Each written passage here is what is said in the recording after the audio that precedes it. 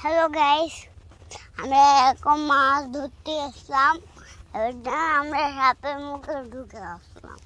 ভয়ঙ্কর সাপ, ওরা রাস্তা লাইফের বলে আমরা মাছ ধরতে এবারটা খেতে পাইছে, খেতে বেড়াতে গেছিলাম। এবারটা হচ্ছে এবারটা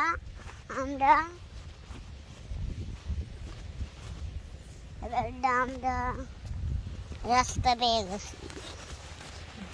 কপশনের চাপ দিয়ে স্টপ আর হচ্ছে হয়ে গেছে। এটা করতে হবে, আমরা একদম হতে হবে। আমরা দেখতে থাকুন। হাফ কাঁচা হ্যাঁ তাই দিও কে?